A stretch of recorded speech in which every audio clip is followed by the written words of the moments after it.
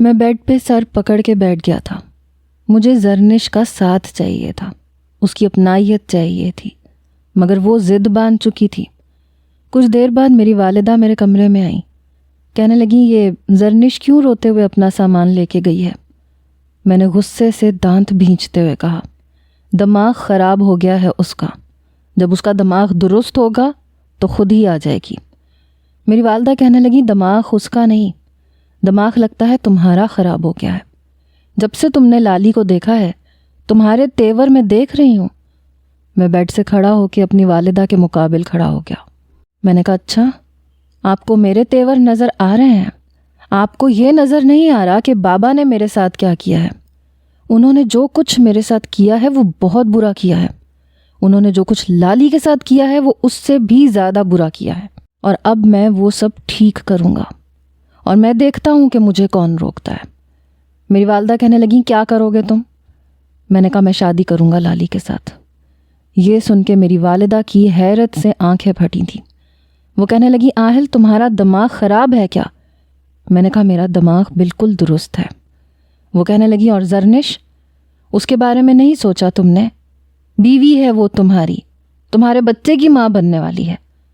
میں نے کہا وہ بھی واپس آ جائے گی، اس کا دماغ درست ہوگا تو خود آ جائے گی۔ میری والدہ کہنے لگی نہیں آئے گی، عورت کبھی بھی سوکن کو خوشی خوشی قبول نہیں کرتی۔ میں نے کہا تو ٹھیک ہے، خوشی خوشی قبول نہ کرے، لیکن یہ میرا حتمی فیصلہ ہے۔ زرنش کو لالا رخ کو قبول کرنا پڑے گا ہر حال میں۔ میری والدہ کہنے لگی ہم تمہیں یہ سب نہیں کرنے دیں گے۔ میں نے کہا مجھے کون روک سکتا ہے؟ روک سکتا ہے تو روک کے دکھا دے، اس بار میں کسی کی نہیں سنوں گا۔ میری والدہ مجھے تعصب سے دیکھتے ہوئے وہاں سے جا چکی تھیں۔ اگلے روز ہی میں لالا رخ سے ملنے چلا گیا۔ اس بار بھی مجھے پرنسپل نے روکا نہیں تھا۔ میں اس بار ویٹنگ روم میں نہیں گیا تھا، بلکہ میں اس کے کمرے میں گیا تھا۔ جیسے ہی دروازے پہ دستک دی تو وہ کہنے لگی کون ہے؟ اندر آ جاؤ۔ شاید وہ میری آمد سے واقف نہیں تھی۔ میں نے دروازہ کھولا تو وہ اپنے بالوں میں کنگھا کر رہی تھی، ویل چیئر پہ ہی بیٹھی تھی۔ مجھے دیکھ کے اس کا ہاتھ رکا۔ کہنے لگی تم یہاں کیسے آ گئے؟ تمہیں اندر کس نے آنے دیا؟ میں نے دروازہ بند کر دیا، اس کے پاس آ گیا۔ میں نے کہا مجھے اندر آنے سے کوئی روک نہیں سکتا۔ اس نے کنگھا ایک طرف رکھا، اپنے بالوں کا جوڑا بنانے لگی۔ میں نے کہا بال کھلے چھوڑ دو، زیادہ پیاری لگتی ہو۔ وہ کہنے لگی تمہیں ایک بار کی بات سمجھ میں نہیں آتی، کیوں آئے ہو یہاں پہ؟ میں نے کہا میری لالی کو میری ضرورت ہے اس لیے۔ وہ کہنے لگی مجھے تمہاری ضرورت اب نہیں ہے، مجھے تمہاری ضرورت نہیں ہے۔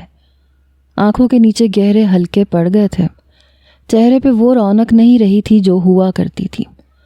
میں گھٹنوں کے بل اس کی ویل چیئر کے سامنے بیٹھ گیا۔ میں نے کہا کیوں ظلم کر رہی ہو مجھ پہ؟ اچھی طرح سے جانتی ہو کہ تم میرے لیے کیا ہو۔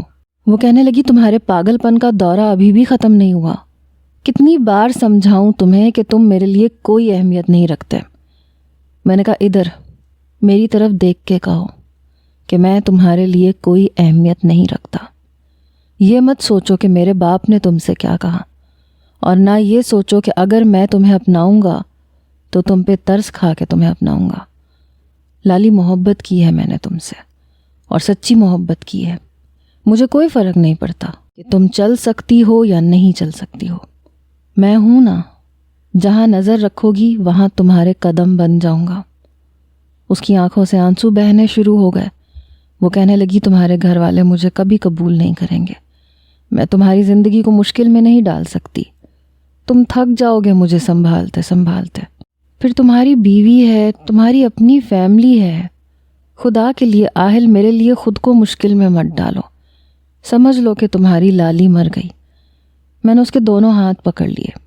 وہ اپنے ہاتھ چھڑوانے لگی، لیکن میری گرفت مضبوط تھی۔ میں نے کہا کیوں سمجھ لوں جب تم میرے سامنے بیٹھی ہو؟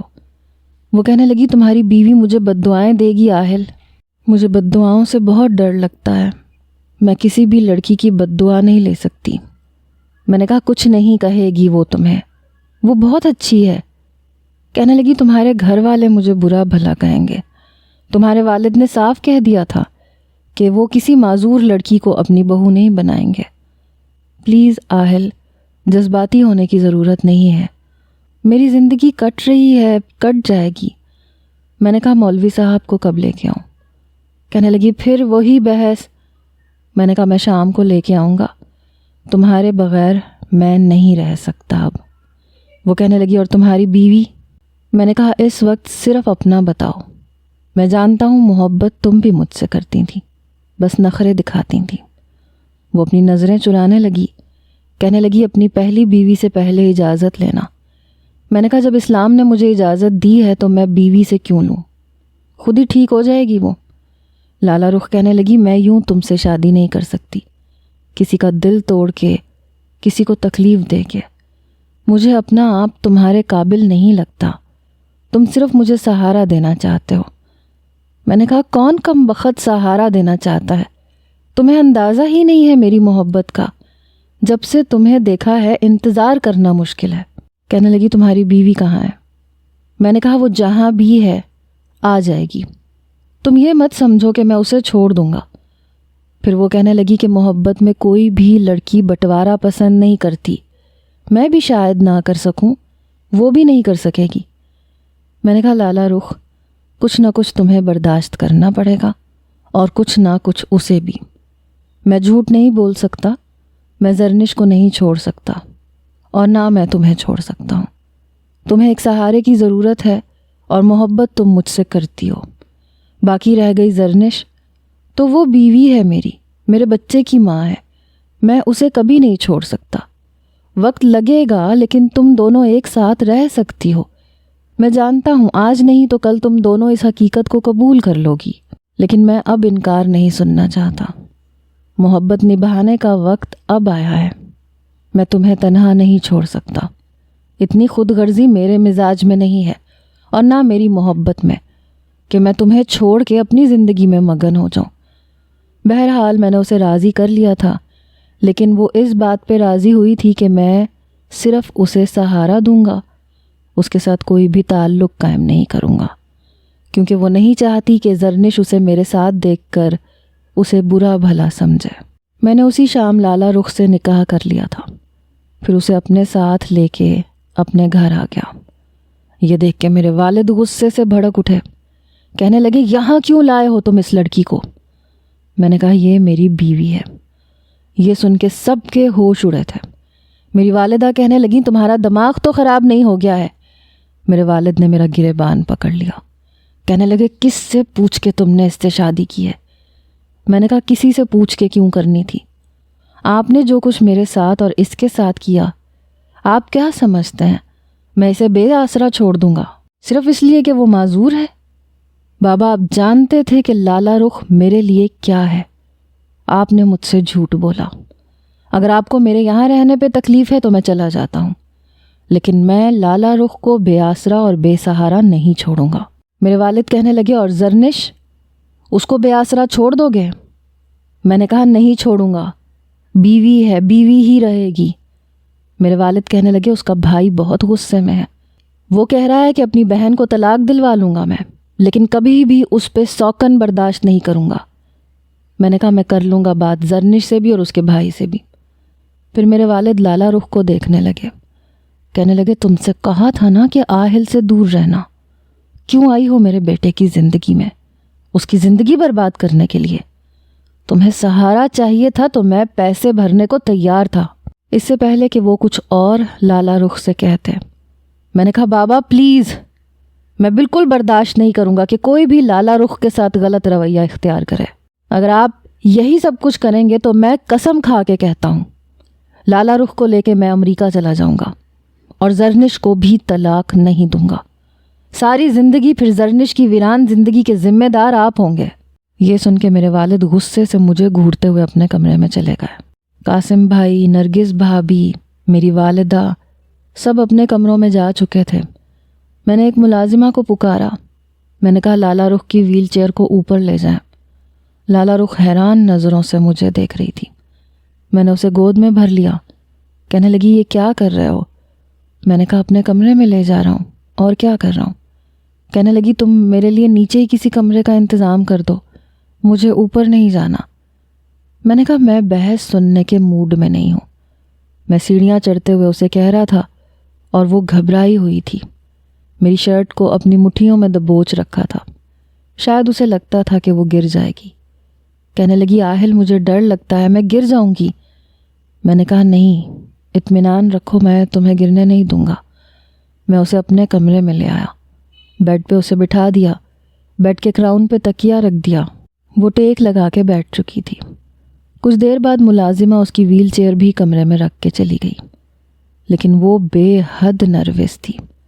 میں نے جیسے ہی کمرے کا دروازہ بند کیا تو کہنے لگی کہ مجھے نہیں لگتا میں تمہارے ساتھ کوئی رشتہ نبھا سکتی ہوں۔ تم نے مجھے سہارا دینا تھا، تمہارا بہت شکریہ، لیکن تم میرے لیے الگ کمرے کا انتظام کر دو۔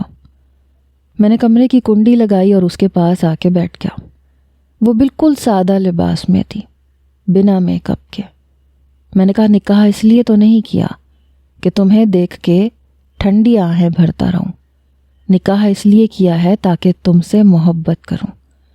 یہ کہتے ہوئے میں نے اس کے چہرے پہ اڑتی ہوئی لٹوں کو اس کے کان کے پیچھے کیا، لیکن اس نے میرا ہاتھ پیچھے جھٹک دیا۔ کہنے لگی تم نے اچھا نہیں کیا، تمہارے گھر والے کبھی بھی مجھے قبول نہیں کریں گے۔ میں نے کہا اس وقت اپنے گھر والوں کی باتیں تمہارے منہ سے سننے کے موڈ میں نہیں ہوں، میں بس اپنی باتیں سننا چاہتا ہوں، اپنی باتیں کہنا چاہتا ہوں۔ وہ رخ بدل کے کمرے کو دیکھنے لگی۔ میری اور زرنش کی شادی کی تصویر پہ جا کے اس کی نظر رکی۔ کہنے لگی بہت خوبصورت بیوی ہے تمہاری، لیکن میری نظریں لالا رخ کی طرف ہی تھیں۔ میں نے کہا واقعی بہت خوبصورت بیوی ہے میری، بنا میک اپ کے بھی بہت اچھی لگ رہی ہے۔ یہ سن کے اس نے میری طرف برجستہ دیکھا تھا۔ لالا رخ کہنے لگی پلیز آہل مجھ سے ایسی باتیں مت کرو۔ میں نے کہا پھر کیسی باتیں کروں؟ مجھے تو ایسی ہی باتیں آتی ہیں لالی۔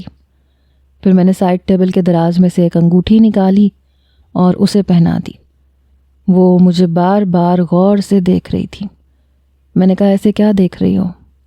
کہنے لگی مجھے پتہ نہیں کیوں برا لگ رہا ہے میں نے تمہاری باتوں میں آ کے غلط کر دیا۔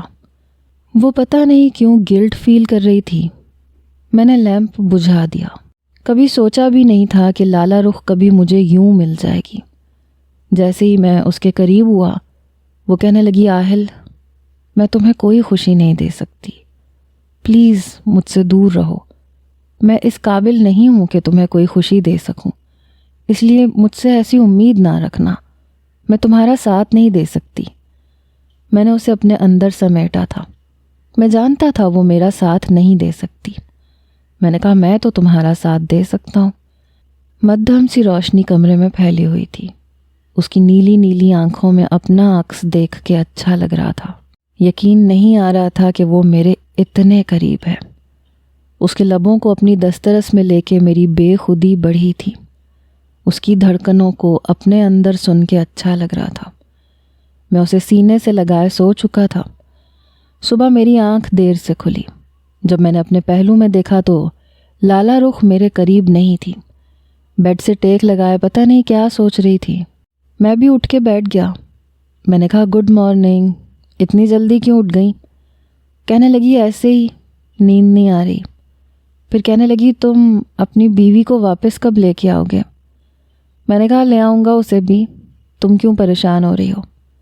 پتہ نہیں وہ کیوں پریشان تھی، چپ چپ سی تھی، بار بار زرنش کی تصویر دیکھ رہی تھی۔ پھر اپنی انگلیاں چٹکانے لگی۔ میں نے اس کے کندھے پہ سر رکھ لیا۔ وہ بری طرح سے چونکی۔ میں نے کہا کیا بات ہے، تمہیں زرنش کی اتنی فکر کیوں ہے؟ پتہ نہیں کیوں لیکن وہ بہت زیادہ گھبرائی ہوئی تھی۔ کہنے لگی میں سمجھ سکتی ہوں کہ اس کی کیا کیفیت ہوگی، تم نے بہت جذباتی فیصلہ کر لیا۔ بہرحال میں نے اس کی ایک بات نہیں سنی۔ میں اسی دن اسے ڈاکٹر کے پاس لے کے گیا، اس کا دوبارہ سے پورا چیک اپ کروایا۔ اس کی لیڈی ڈاکٹر کہنے لگی کہ اگر یہ کوشش کرے تو یہ چل سکتی ہے۔ میں نے کہا آپ مجھے بتائیں، میں اپنی پوری کوشش کروں گا کہ یہ دوبارہ اپنے قدموں پہ کھڑی ہو سکے۔ میری بات سن کے ڈاکٹر نے مجھے پوری تفصیل بتائی، میڈیسنز بھی لکھ کے دیں۔ شام کو واپس آتے ہوئے لالا رخ کے کہنے پہ میں نے زرنش کو کال کی، لیکن اس نے میرا فون نہیں اٹھایا۔ کئی بار میں نے اسے کال کی، پھر جا کے اس نے فون اٹھایا۔ میں نے کہا واپس کب آؤ گی؟ کہنے لگی کبھی بھی نہیں، کیونکہ آپ اپنی محبت میں سرخرو ہونا چاہتے تھے اور ہو گئے۔ میں نے کہا دیکھو زرنش، خامخواہ کی ضد نہ کرو۔ لالا رخ کو میری ضرورت تھی اور میں اسے چھوڑ نہیں سکتا تھا، اور میں تمہیں بھی نہیں چھوڑوں گا، یہ تم جانتی ہو۔ تمہارے ساتھ میں کوئی زیادتی نہیں کروں گا، یہ میرا تم سے وعدہ ہے، اور نہ ہی لالا رخ کی طرف سے تمہیں کوئی مسئلہ ہوگا۔ وہ کہنے لگی نہیں، میں نہیں آؤں گی، آپ کا بچہ آپ کے حوالے کر کے میں آپ سے خلا لے لوں گی۔ میں ابھی بھی زرنش سے بات کر ہی رہا تھا جب لالا رخ نے مجھ سے فون چھین لیا۔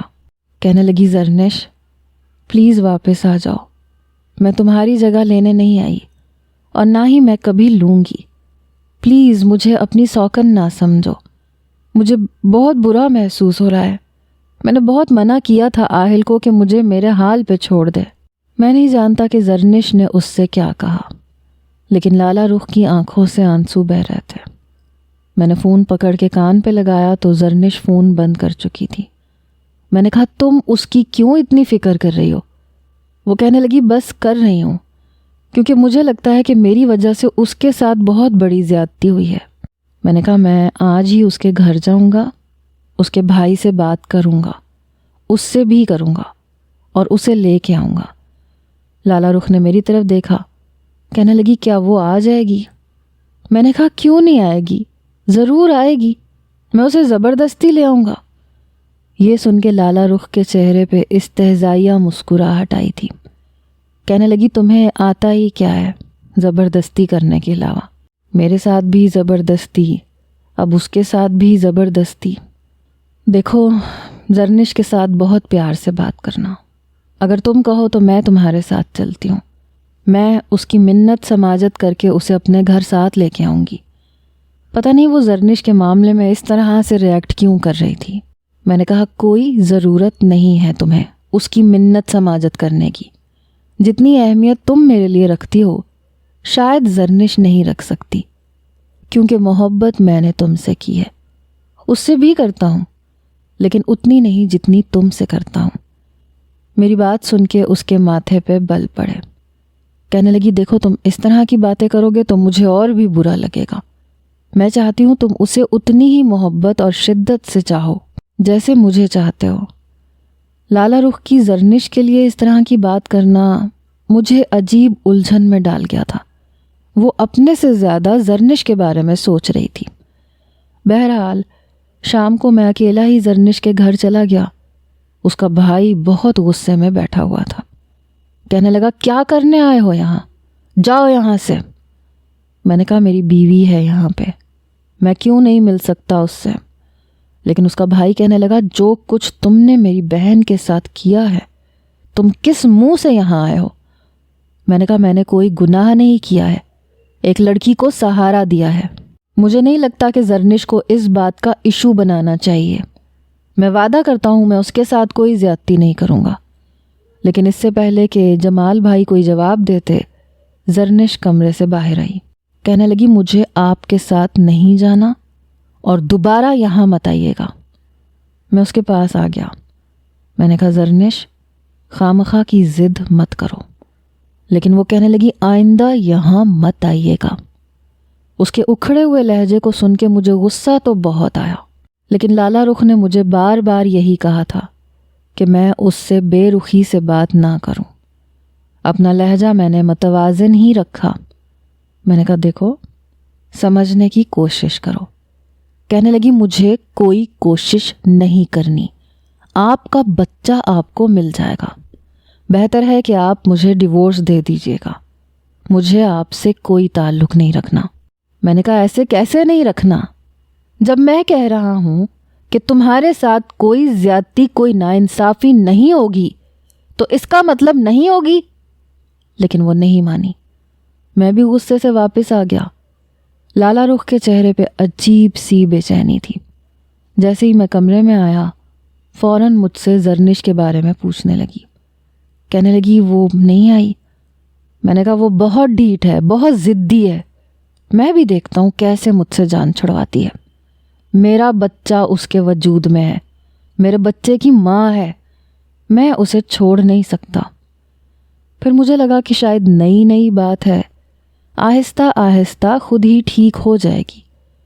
اب میرا زیادہ تر وقت لالا رخ کے ساتھ ہی گزرنے لگا۔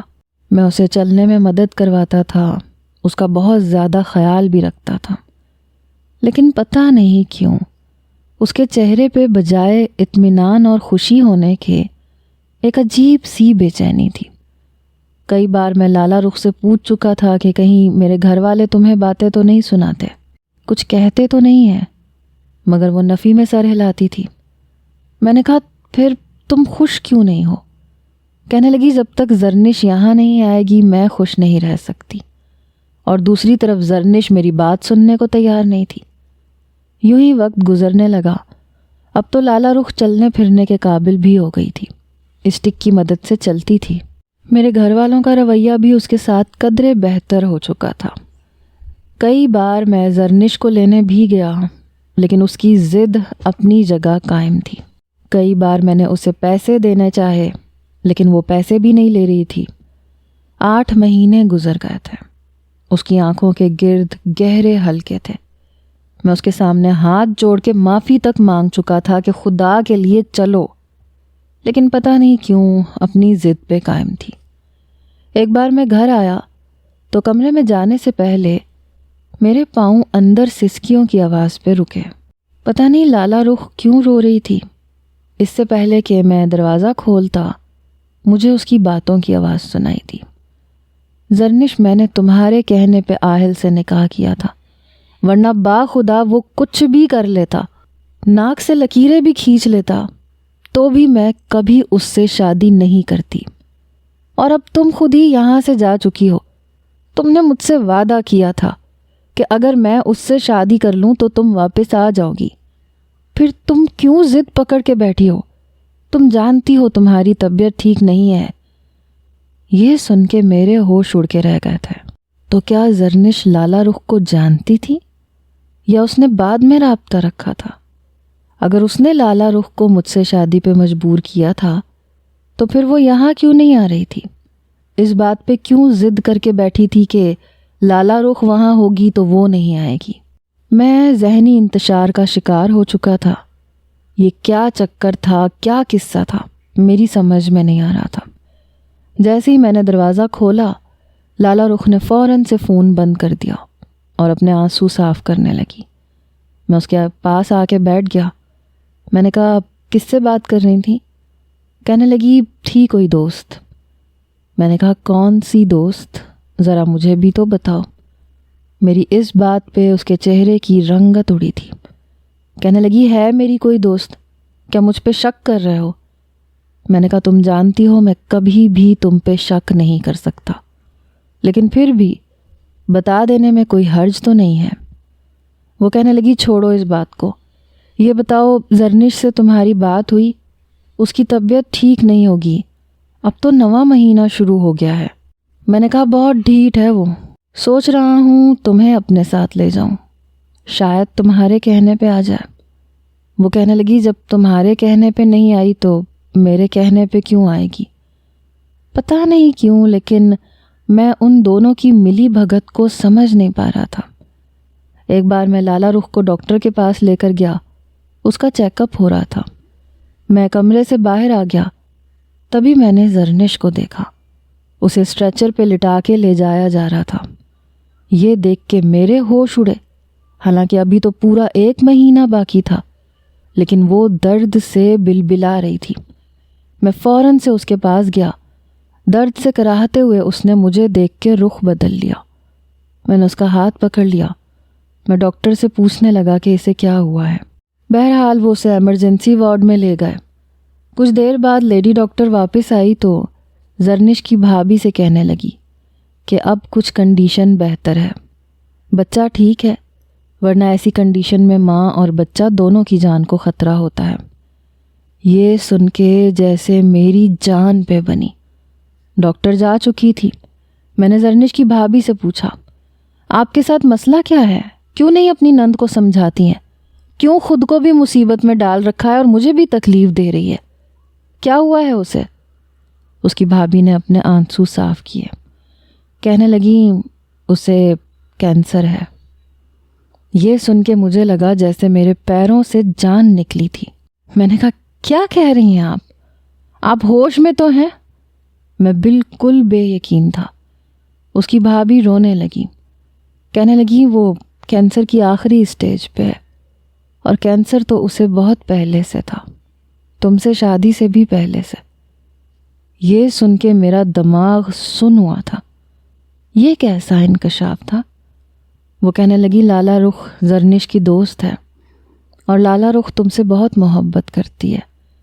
پہلے تم سے کبھی اظہار نہیں کیا کیونکہ نفرت کرتی تھی، لیکن جب حادثہ ہوا تو وہ بہت ٹوٹ گئی تھی کیونکہ تمہارے گھر والوں نے اس کے ساتھ بہت برا رویہ اختیار کیا تھا۔ اس کی معذوری کو لے کر اسے بہت باتیں سنائی تھیں۔ یہ ایک اتفاق تھا کہ جمال کی دوستی قاسم سے تھی، کاروباری طور پہ بھی اور ویسے بھی۔ زرنش کو جب یہ پتہ چلا کہ اسے کینسر ہے تو ہم سب لوگ تو مایوس ہو چکے تھے، لیکن اس کے باوجود وہ ہم سب کے سامنے ہنستی بولتی رہتی تھی۔ جب تم آئے تو زرنش نے ضد کر کے تمہارے آفس میں جاب کی، کیونکہ وہ لالا رخ کو اولاد دینا چاہتی تھی۔ جانتی تھی کہ خود تو بچ نہیں پائے گی، جاتے جاتے اسے خوشیاں دے جائے۔ یہ سن کے مجھے اپنا دماغ گھومتا ہوا محسوس ہو رہا تھا۔ شاید اسی لیے لالا رخ میرے بارے میں سب کچھ جانتی تھی۔ اسے یہ پتا تھا کہ میری شادی ہو چکی ہے۔ تو یہ دونوں دوستیں تھیں۔ کچھ ہی دیر کے بعد لیڈی ڈاکٹر واپس آئی، کہنے لگی کہ ہمیں اگلے ہی ہفتے آپریشن کرنا پڑے گا کیونکہ زرنش کی کنڈیشن ٹھیک نہیں ہے۔ ہم نہیں چاہتے کہ اس کے ساتھ ساتھ اس کے بچے کو بھی نقصان پہنچے۔ میں فوراً سے لیڈی ڈاکٹر کے پاس آیا۔ میں نے کہا اسے کیا ہوا ہے؟ وہ ٹھیک تو ہے؟ کہنے لگی ہاں، ہم اسے روم میں شفٹ کرنے لگے ہیں۔ جیسے ہی زرنش کو روم میں شفٹ کیا گیا، میں کمرے میں آ چکا تھا۔ مجھے دیکھ کے کہنے لگی یہاں کیا کرنے آئے ہو؟ جب آپ کا بچہ پیدا ہوگا تو اسے لے جائیے گا۔ میں اس کے پاس آ گیا، اس کے فولڈنگ بیڈ کے سامنے رکھی کرسی پہ بیٹھ گیا۔ زبردستی اس کا ہاتھ اپنے دونوں ہاتھوں میں لے لیا۔ کہنے لگی چھوڑیں مجھے آہل، کب تک چھپاتی رہو گی؟ میری آنکھوں سے آنسو بہنے لگے۔ تب وہ مجھے حیرت سے دیکھ رہی تھی۔ میں نے اس کے ہاتھ کو اپنے ہونٹوں پہ لگایا اور پھوٹ پھوٹ کے رونے لگا۔ میں نے کہا مجھے بتایا کیوں نہیں؟ تمہیں کیا لگا بتاؤ گی نہیں تو مجھے پتہ نہیں چلے گا؟ کہنے لگی او تو آپ کو بھابھی نے سب کچھ بتا دیا، میں نے منع بھی کیا تھا۔ میں بالکل اس کے قریب ہو کے بیٹھ گیا۔ میں نے کہا یہ کیا کیا تھا تم نے؟ کیوں کیا تھا تم نے؟ کہنے لگی آپ کے لیے نہیں کیا، جو کچھ کیا ہے لالا رخ کے لیے کیا ہے، کیونکہ جو حادثہ اس کے ساتھ ہوا تھا اس کی وجہ سے وہ کبھی بھی ماں نہیں بن سکتی۔ اور جب میں نے آپ کو لالا رخ کے لیے تڑپتے ہوئے دیکھا تو تب ہی میں نے سوچ لیا تھا۔ میرے گھر والوں نے میرا ساتھ دیا، اس لیے میں نے سوچا کہ لالا رخ کو جاتے جاتے خوبصورت سا تحفہ دے کے جاؤں۔ میں اس کے فولڈنگ بیڈ پہ بیٹھ چکا تھا۔ کانپتے ہونٹوں سے میں نے اس کے رخسار پہ بوسہ دیا، پھر اس کی پیشانی پہ۔ میں نے کہا کچھ بھی نہیں ہوگا تمہیں، میں تمہیں امریکہ لے کے جاؤں گا، تمہارا علاج کرواؤں گا۔ وہ نفی میں سر ہلانے لگی، رنگت بالکل پیلی پڑ چکی تھی۔ کہنے لگی نہیں، بس لالا رخ کو خوش رکھیے گا، وہ بہت محبت کرتی ہے آپ سے۔ میں زرنش کو اپنے گھر لے گیا تھا۔ لالا رخ دیکھ کے حیران ہوئی تھی، زرنش کے ساتھ لگ کے رونے لگی۔ جب تک میرا بیٹا پیدا نہیں ہوا میرا سارا وقت زرنش کے ساتھ گزرنے لگا۔ لالا رخ مجھے خود اس کے کمرے میں بھیجتی تھی، لیکن بیٹا پیدا ہونے کے چند روز ہی وہ زندہ رہی۔ میرا بیٹا زرنش کے پاس ہی رہا، لیکن زرنش کے مرنے کے بعد بچہ لالا رخ نے سنبھالنا شروع کر دیا۔ ابھی بھی زرنش ہماری باتوں میں رہتی ہے، نہ ہو کے بھی وہ ہمارے بیچ میں ہے۔ دوستی کا جو حق اس نے ادا کیا شاید ہی کسی نے ادا کیا ہو۔